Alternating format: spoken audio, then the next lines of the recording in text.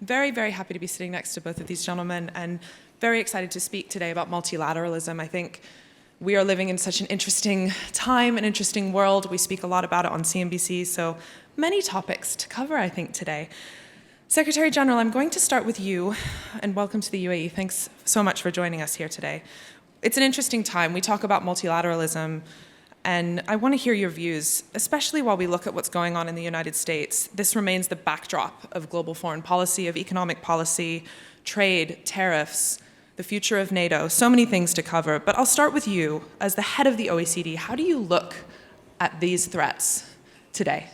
Well, what I see is lots of conversations happening between countries, bilaterally, multilaterally, and that is a good and important thing. I mean, I guess, like, if we take a step back, I mean, international cooperation, multilateralism has always been important in terms of building a better world, dealing with some shared challenges, pursuing shared opportunities, but it's never been easy. I mean, it's not as if, you know, sometimes we tend to look back and think there was sort of this great era in the past where everything was straightforward. The truth is multilateralism, while it's necessary and important, by definition is challenging because you have national governments accountable to their populations, coming with a diversity of interests and perspectives and values and political systems, and you're trying to bring all of that together into a sensible, agreed way forward. And I mean, this have always, on any issue, I mean, this can always be difficult conversations. And like sometimes when you have a change of government, then of course the priorities of a particular government change. The United States is an incredibly important government in a global geopolitical context, and so that inevitably creates a different level of intensity in terms of some of those conversations. But you know, in the end, let's look at the facts. I mean, for example, I mean, you know, the OECD has been quite engaged in international tax reform. International cooperation on tax policy is incredibly important to international trade and investment, because when you have businesses operating across borders, you want to ensure that you avoid both double taxation and no taxation. You want to ensure that there is fair taxation, but you also want to know that businesses can have certainty around the tax consequences of their business activities in order to facilitate investment and more trade. And you know, we have continued to make progress and to achieve consensus agreements, including on tax, including with the current US administration in recently reaching agreement on the operation of global minimum tax arrangements that were agreed by 147 countries around the world. Now, the process hasn't been easy. There's been lots of discussions along the way. We're very grateful for the UAE's very constructive engagement in that process as well. But we reached a landing. And so, I mean, what's the alternative? That we throw our hands up in the air and we stop trying? No. I mean, we've got to, on anything that's important, on anything that's worth doing, we've got to continue to give it our best and keep the conversations going. And what I see over the last 12 months is that, if anything, conversations have intensified, and that's a good thing. Some positive notes, I think, after what has been a chaotic start to this year. Minister, it's good to see you, Your Excellency. When you think about multilateralism, and I've lived in the UAE for nearly 10 years, and I see how the UAE deals with different countries across the world, and I would say that the UAE is a prime example of a country that looks at multilateralism as a tool, not as a kind of a halt to its progress. How do you look at multilateralism today, especially as what we're seeing, and speaking from the Secretary General's point of view, this kind of fragmented world that he just mentioned? Good. We see multilateralism as a commodity. We see it as, we need to see multilateralism is today facing a challenge of sovereignty. When you have these two together fighting each other, multilateralism wants cooperation and sovereignty wants fragmentation of what's happening today globally when it comes to trade, when it comes to what we're seeing, and when it comes to industrialization aspects. And these are two different worlds, and we've seen both of them. And the UAE really believes in multilateralism, in the aspects of that we need to trade more on cooperation. cooperating with multilateralism is the way forward to defragment the world that we're living in at the moment. I've been in the trenches for the past 5 years. We've been seeing a lot of challenges that faces the economy. Every time we finish one, we say this is the time to have a little bit of break, but then we have another one. From the COVID to the wars, to the inflation, to the interest rates, to the, you name it. And we've been still headwinding the aspect of how do we build more resilience economy, looking at more diversification, and as well keeping a tap on multilateralism to create more cooperation. Now, the region needs more cooperation, needs more aspects to bring multilateralism to the place. And the UAE's leadership and the vision have always been in a multilateralism aspect to create that. We've been working with the OECD for the last couple of years now. We did a full OECD review on our policies, about 5 to 6 policy review. We started one last year as well on tourism, review on policy. We're doing the business advisory as well board happening in Dubai that happened last year. We're still working with the OECD on many, many ways as well to increase that cooperation of understanding and really bringing our review. When the review of the OECD on the policies, what we're saying basically is, here's our policy, what do you guys think? Can we have some more peer reviews? Can people tell us, is the policy going right or not? And we're moving away from the aspect of, from rule taking to rule making. An aspect where, how did the UAE as well be a lighthouse to the region, showing case that the regulations that we do today can be an aspect of what other countries can really take on. Now, we've seen this with the Unilateral, for instance, on a multilateralism. We have the new law that came out. It's called the digital trade using technological means. And what it means is, how do you protect consumer protection when the people trade on commerce, for instance, on digital platforms? So Unilateral took that and said, how can we use this now as a benchmark for global countries, and now all the countries around the world, to use UAE's laws or regulations as a benchmark for their laws or regulations, and as a unified. So Unilateral is one of the multilateralism that comes into the trade, and it comes as well and picked up our law and said this is something that we would like to, bounce it up to with other countries. So these are, significant approaches that we've been doing the last couple of years, working with multilateralism to make sure that the world can and really understand what the UAE wants to create, more defragmentation of the global context. And Your Excellency, it's interesting, at Davos, Mark Carney was speaking a lot about the importance of middle powers. And I know he wasn't maybe necessarily referring to a country like the UAE, but at this time in this world, we look at a country like the UAE and the growing importance of it, your relationship with the Trump administration at a time when many countries don't have that same relationship. How are you looking, and we can talk about it from an economic perspective, I don't want to get too political, but the importance of the UAE in a world that we're seeing. Mark Carney was really saying, look, there's time to stand up to countries like the United States when we're talking about Greenland, the potential erosion of NATO. When you look at the UAE from an economic perspective, it's important, as you say, that everyone has a good relationship. How can the UAE work with the US when it's so close to a country like the US, when it's really pushing its own interests and risking what we call a multilateral world? Well, there's many ways. Now, as we look first of all inwards, the UAE has built the diversifications of economy, a resilient model today that we today has been a partnership with global countries that looks at the UAE as a partner when it comes to developing their policies or investments or actually reaching out. Now, when the UAE looks at the US, we have a long-lasting relationship for over 5 to 6 decades of relationship between us. We've been working on many, many aspects, from the COP28, for instance, from the investments into energy, the $100 billion investment when it comes to energy that was announced with the United States. There's as well another investment aspect when it comes to AI and data centers as well. So we are actually accelerating that. So how do we look at the humanity aspect? How do we improve the efficiency of human beings globally, doing things more efficient? Because economy, from an economy perspective as well, labor productivity is the most important aspect. The thing that we always focus on our labor policy is how do we become more productive? How can we make sure that the companies that we have are more labor productivity is higher? How do we attract them? How do we really build that kind of basis as well for them to think about, growing and being more and more efficient? So these are the kind of aspects that when we look at our economy and analyze it with a microscope, is to make sure that these are at a firm level and focus on productivity from that perspective. So when it comes to the United States, we've been doing a lot of things, and we keep on doing, and I think this is something which brings us more together globally when it comes to energy. And the world needs a lot of energy. The world needs a lot of energy, and electricity is a major important aspect. We had this session this morning with the Mukhtar Diouf from the IFC. He said the whole region today is financing energy. If you want to develop an economy, if you want to put industry into a place, if you want to really attract, you need electricity.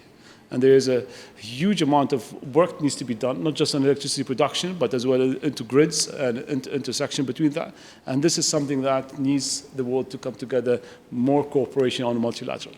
More cooperation. Secretary General, the UAE isn't a fully fledged member of the OECD, but the UAE works very closely with you, as His Excellency just said. When you look at a country like the UAE, what can member states from your organization learn and take away from how the UAE works from an economic perspective?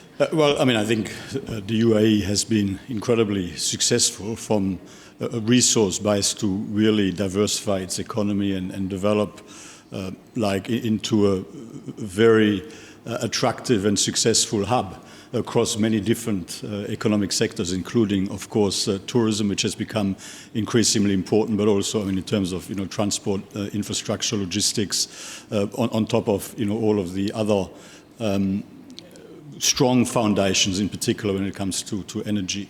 We are in a very strong and growing partnership with the UAE. The UAE provides important support for our work across the Middle East and North Africa region. And I think that what the UAE is really demonstrating to the broader region is that there is a model that works, that there is a model that can deliver stability and prosperity in, I guess, being candid in what is a sort of challenging neighborhood, by having the right policy settings, by having the right vision and the right plan and the right implementation, you can deliver higher incomes and better living standards to your people. And so from that point of view, I mean, I think the UAE is providing great inspiration across the region, which, I think we want to continue to leverage in our partnership. And when you think about the UAE's, but also the region more widely, is there any area that worries you? We obviously have Iran just next door. There are peace talks happening in Abu Dhabi now. As a former finance minister, as somebody that now looks more globally, what worries you the most? Obviously, there's a little bit of talk, we won't get into it, between the UAE and Saudi Arabia at the moment. Are there any risks that are really worrying you in the region? Well, look, I mean, there are always risks. But, I mean, I think, all of us hope for peace and stability, and I mean, in the end, achieving increased economic integration, increased alignment of economic interests, increased economic opportunity for people across the region, I think is going to be good for peace and stability over the medium to long term, and peace and stability is good for business. So, I mean, this has been a challenging aspect, not just for a couple of years, it's been a challenging aspect for perhaps thousands of years in this neighborhood. And I guess, we all got to continue to do our best to get ourselves onto the strongest and best possible foundation and trajectory for the future. And in that, we want to play a very constructive role. Your Excellency, the UAE's strategy has kind of been mentioned, I think your team mentioned this, as sovereignty through openness. Can you expand on that a little bit? What does that mean? I think UAE looks at itself as an economic model which in bridge making, rather than an economic model which looks at it as a block.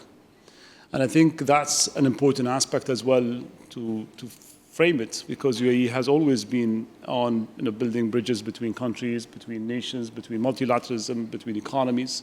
I want to tap on what Mathias, His Excellency, have said on the aspects of creating jobs for youth. We're creating the aspect of businesses, economic growth. We're growing at 5% year on year on non-oil. We did a really great Q4. I'm not going to say the numbers today, but I think it's important that when the numbers comes out, you'll really see what the UAE have done on the Q4 non-oil GDP growth as well. And that's something that we are diversifying, creating that resilience. We're adding a lot as well when it comes to new economies. We're looking at cluster economy in the UAE. We launched the UAE food and food processing clusters economy. We're looking at UAE cluster on tourism now, financial services, and going into data and space and defense. So these are the clusters that we are heavily focusing on. That kind of aspect when the UAE is building is creating jobs, it's creating focus, it's creating attractiveness, it's creating people to come in and invest. We have a lot of opportunities as well to bridge that.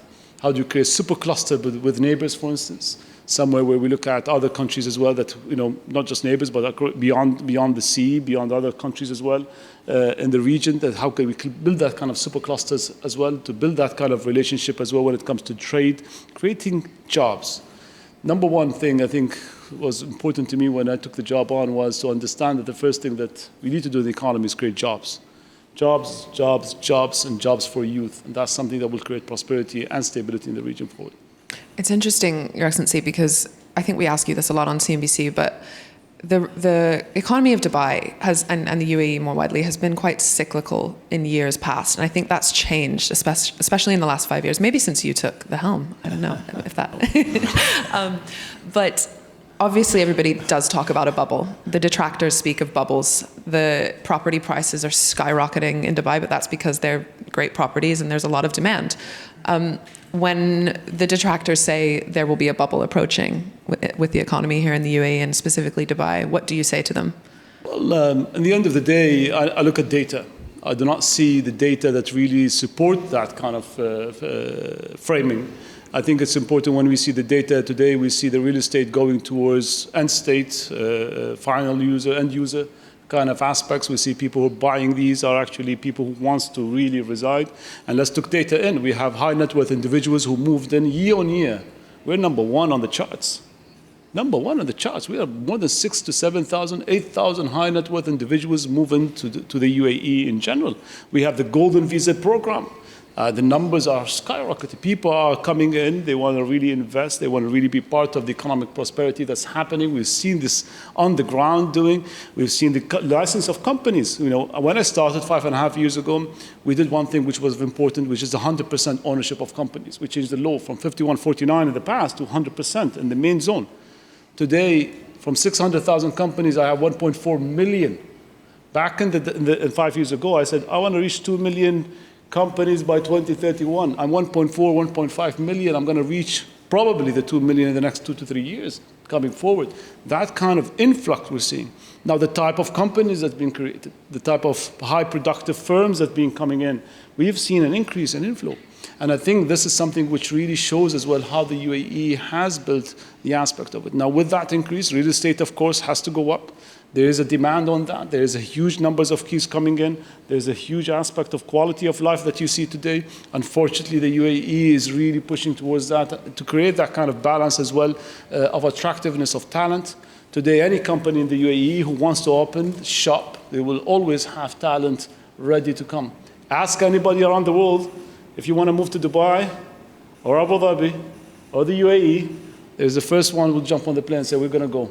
And I think you did that 10 years ago. I did. And one of my former prime ministers from the UK, Liz Truss, was here this week attending. And, every question's like, she said, I see more Brits in Dubai. Like, everybody's here because it's not going so well back at home.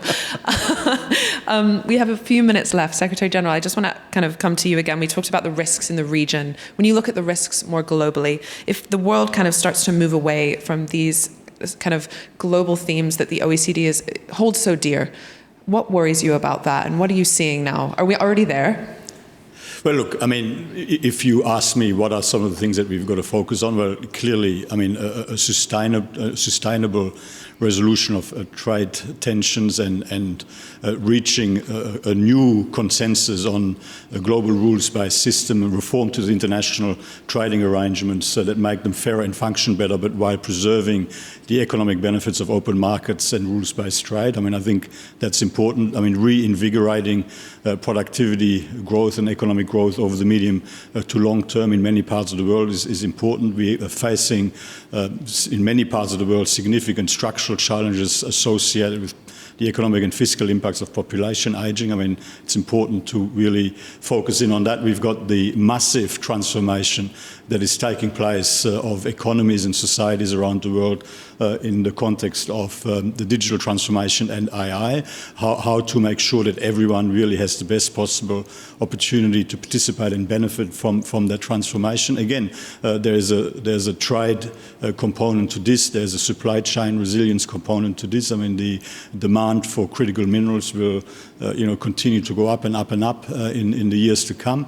How do we ensure that countries around the world work together to make sure that everyone can genuinely be part of this transformation moving forward, that we don't create new gaps and new divides. And that is another area for international cooperation. And then, of course, all of the challenges associated with climate change, they're still there, and we've got to find ways to come up with a globally more coherent, better coordinated and more effective and impactful way to deal with that challenge. So there's lots of work to be done across a broad cross-section of policy challenges, and the OECD will continue to contribute data and information and provide a platform for countries to learn from each other, successes and failures, and to engage with each other about how best to move forward.